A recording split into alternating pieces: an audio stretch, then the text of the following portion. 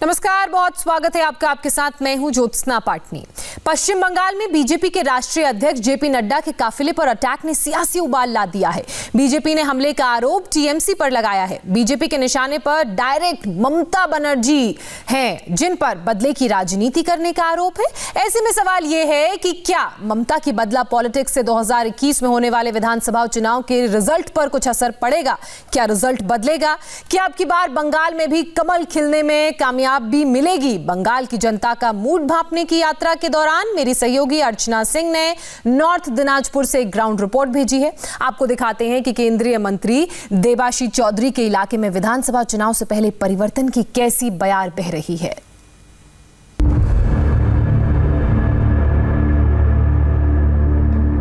पश्चिम बंगाल के उत्तर में है उत्तर दिनाजपुर, जो विभाजन से पहले दिनाजपुर था। दिनाजपुर पूर्वी पाकिस्तान का हिस्सा बना, जो अब बांग्लादेश है, और भारत में वेस्ट दिनाजपुर रह गया। वेस्ट दिनाजपुर जो 1992 में बटा। नॉर्थ दिनाजपुर और साउथ दिनाजपुर में, नॉर्थ दिनाजपुर में 50% से ज्यादा जनसंख्या मुस्लिम्स की है। यहाँ की जो 206 किलोमीटर लंबी सीमा है वो बांग्लादेश से लगती है, इसीलिए घुसपैठ यहाँ की एक बड़ी समस्या है। साथ ही साथ 227 किलोमीटर की सीमा बिहार से लगती है, सीमांचल से। सीमांचल को बांग्लादेश का प्रवेश द्वार कहा जाता है। तो सवाल यह है कि क्या सीमांचल की राजनीति का असर भी उत्तर दिनाजपुर पे पड़ेगा? क्या सोचते हैं यहाँ के लोग? और चूंकि यहाँ पर मुस्लिम बाहुल इलाका है, 50% से ज्यादा आबादी मुस्लिम है, तो क्या ओवैसी जो कोशिश कर रहे हैं पश्चिम बंगाल की राजनीति में अपनी पैठ जमाने की, सीमांचल की 5 सीटों में जीत के बाद वो इसमें कामयाब हो पाएंगे? क्या सोचते हैं यहाँ के लोग? क्या यहाँ के मुसलमान मानते हैं कि वो ओवैसी को अपना नेता मानेंगे, उन्हें वोट देंगे, या फिर वो टीएमसी के साथ ही जाएंगे? ये सब बड़े सवाल हैं। साथ ही यहाँ के लोगों की क्या समस्याएं हैं, ये भी बात करेंगे। आइए चलते हैं उत्तरी दिनाजपुर का हालचाल।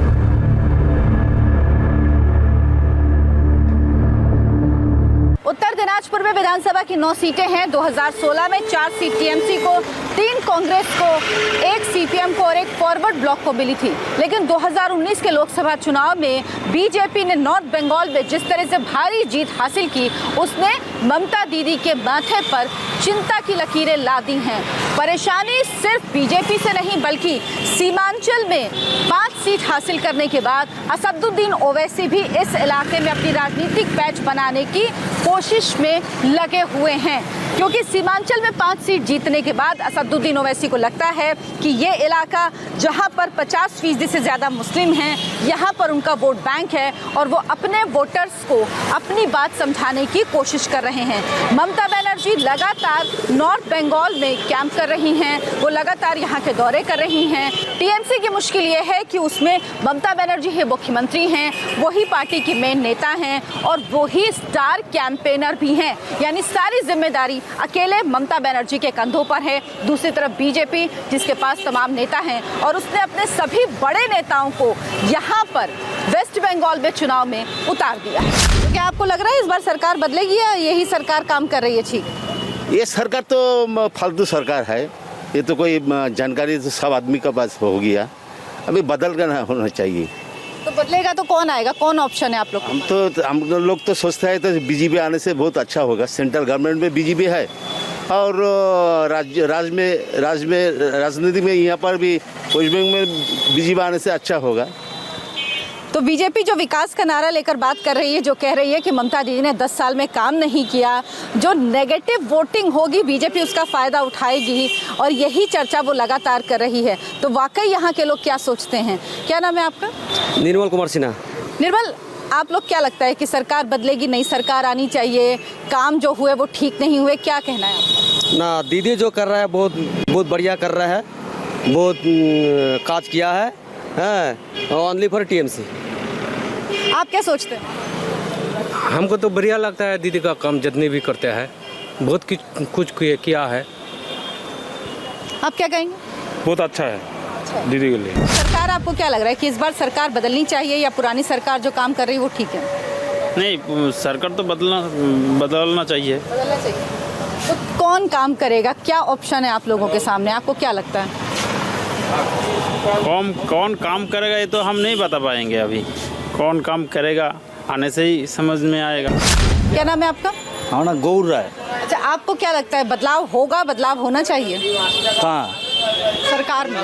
बंगाल में बदलाव तो अभी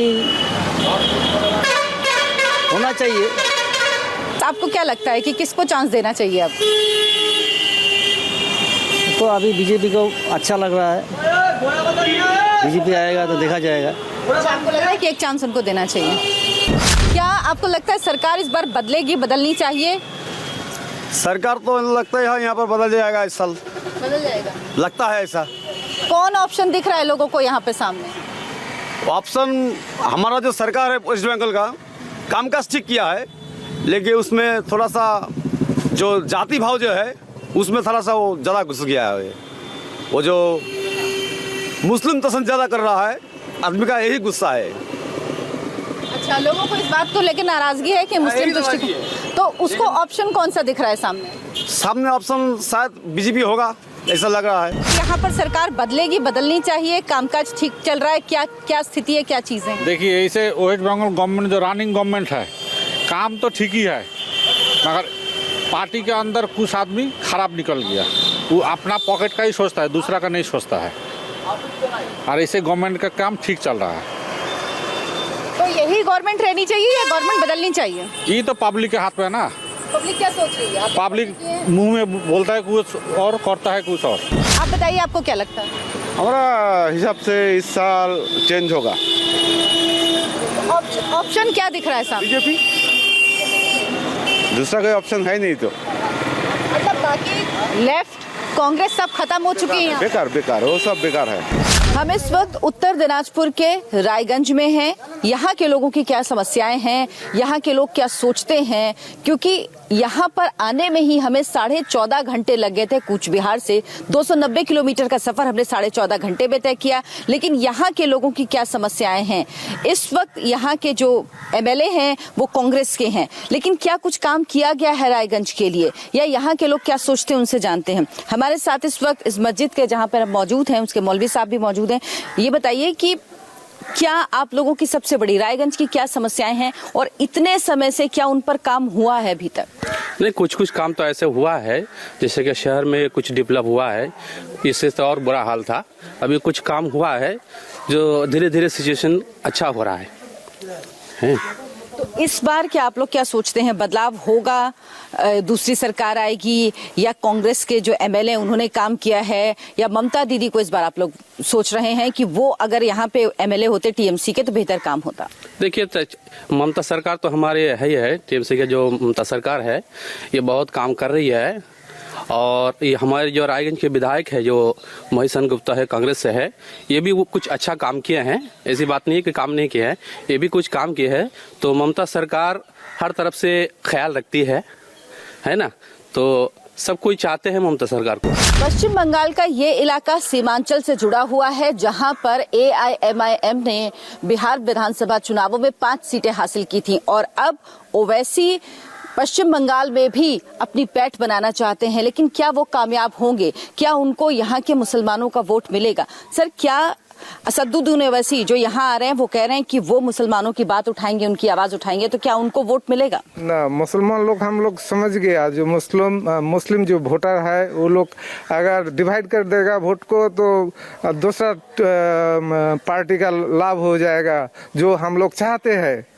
तो इसलिए हम लोग मीम पार्टी को वोट नहीं देंगे। हम लोग जो कम्युनल जो सब पार्टी है, कम्युनल पार्टी को तो वोट नहीं देंगे, हम लोग सेकुलर पार्टी को वोट देंगे। मीम पार्टी को नहीं देंगे वोट, हम लोग डिवाइड नहीं होंगे।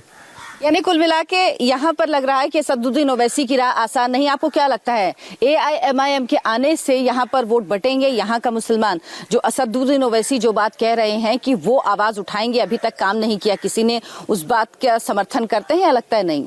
नहीं, हम लोग नहीं समर्थन नहीं करते हैं। हम लोग समझ गया ना। मिलेगा या नहीं? नहीं मिलेगा, मुश्किल है। मुश्किल है। उसको लिए वोट मिलना मुश्किल है। इस वक्त हम हैं प्रियरंजन दास मुंशी के घर के बाहर। हालांकि 2017 में उनका देहांत हो गया, लेकिन इससे पहले वो 2 टर्म तक यहाँ से चुने गए उत्तरी दिनाजपुर की रायगंज लोकसभा सीट से। उसके बाद उनकी पत्नी लड़ी दीपा दास मुंशी और वो जीती। लेकिन 2014 में ये सीट सीपीएम के मोहम्मद सलीम ने जीत ली। लेकिन 2019 में बीजेपी की देबाश्री चौधरी ने जीत हासिल की और इसकी हार कह सकते हैं 2014 में ही मिल गई थी, जब बीजेपी के प्रत्याशी को 2 लाख से ज्यादा वोट मिले। वो बीजेपी जो इससे पहले के लोकसभा चुनावों में महज कुछ हजार वोट तक सिमट जाती थी। और ये कलियागंज विधानसभा सीट है जहां पर इस वक्त मैं मौजूद हूं। यहां से कांग्रेस के विधायक हैं, लेकिन सवाल यह है कि क्या इस बार वो अपनी सीट को बरकरार रख पाएंगे, क्योंकि बीजेपी 2019 के लोकसभा चुनावों की तरह ही उम्मीद कर रही है कि वो एक बड़ा उलटफेर करेगी और विधानसभा चुनावों में भी जीत हासिल करेगी। लेकिन ये लोकसभा सीट परंपरागत रूप से कांग्रेस और सीपीएम की सीट रही, जिस पर टीएमसी भी सेंध नहीं लगा पाई थी। लेकिन 2019 के चुनाव में बीजेपी ने जीत हासिल की, भारी जीत हासिल की, और अब वही जीत की उम्मीद बीजेपी विधानसभा चुनावों में भी उत्तरी दिनाजपुर से कर रही है। लेकिन ये लड़ाई यहाँ पर इतनी आसान नहीं होने वाली बीजेपी के लिए। एक बात बताइए, आपके यहाँ से इस जगह से चुने गए प्रियरंजन दास मुंशी, उसके बाद उनकी पत्नी थी, मिनिस्टर थी, वो भी मिनिस्टर रहे, तो आपको लगता है कि यहाँ की समस्याएं अगर आपकी जगह से कोई बड़ा नेता बनता है या मंत्री बनता है तो सुलझती हैं? समस्याएं कुछ सुलझी थी यहाँ के लोगों की? ना, जो लास्ट जो पिछले साल थे गुजरने के कुछ मैंने पहले सुधरने की चांस थी, लेकिन जब सुधरने की चांस आई तब तो गुजर गए, तब तक तो कोई हाल नहीं निकला है। तो कोई नेता तो उभर रहा है, किंतु मैंने उतना ज़्यादा जो नेता जो हमारा को चाहिए था वो नहीं, अभी तक नहीं है। मोहम्मद सलीम रहे 5 साल तक, क्या उन्होंने कोई काम किया यहाँ के लिए? ऐसा कुछ कम नहीं किया हमारे नजर से। प्रियरंजन दास मुंशी जब थे, जो काम होना चाहिए था, हमारा नसीब खराब है, वो हमारे साथ नहीं रहा, बीमार पड़ गए, उसके बाद हम उस तरह से नहीं हुआ। अच्छा, इस बार क्या आप लोग उम्मीद करते हैं सरकार बदलेगी या सरकार जो काम कर रही है वो ठीक? कौन सरकार? टीएमसी की?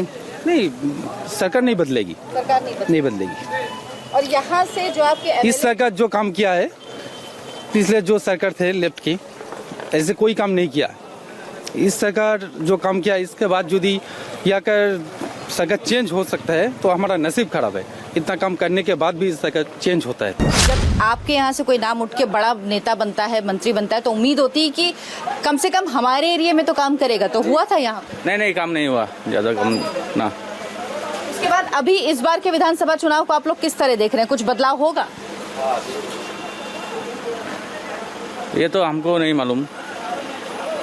आपको क्या लग रहा है, इस बार के विधानसभा चुनाव में बदलाव होगा? विधानसभा चुनाव में क्या होगा तो हमको नहीं मालूम है, देखा जाएगा, वोटर से देखा जाएगा। जनसंघ के संस्थापक श्यामा प्रसाद मुखर्जी पश्चिम बंगाल के थे। बावजूद इसके बीजेपी लंबे समय तक पश्चिम बंगाल में अपने पांव जमाने की कोशिश करती रही। 2014 में जब नरेंद्र मोदी प्रधानमंत्री बने तो नरेंद्र मोदी और अमित शाह ने पैन इंडिया पार्टी की घोषणा की और उसमें सबसे प्रमुख था पश्चिम बंगाल। पश्चिम बंगाल के लिए बीजेपी ने लड़ाई बहुत पहले से चालू कर दी थी और नॉर्थ बंगाल में काम करना बहुत पहले से शुरू कर दिया था।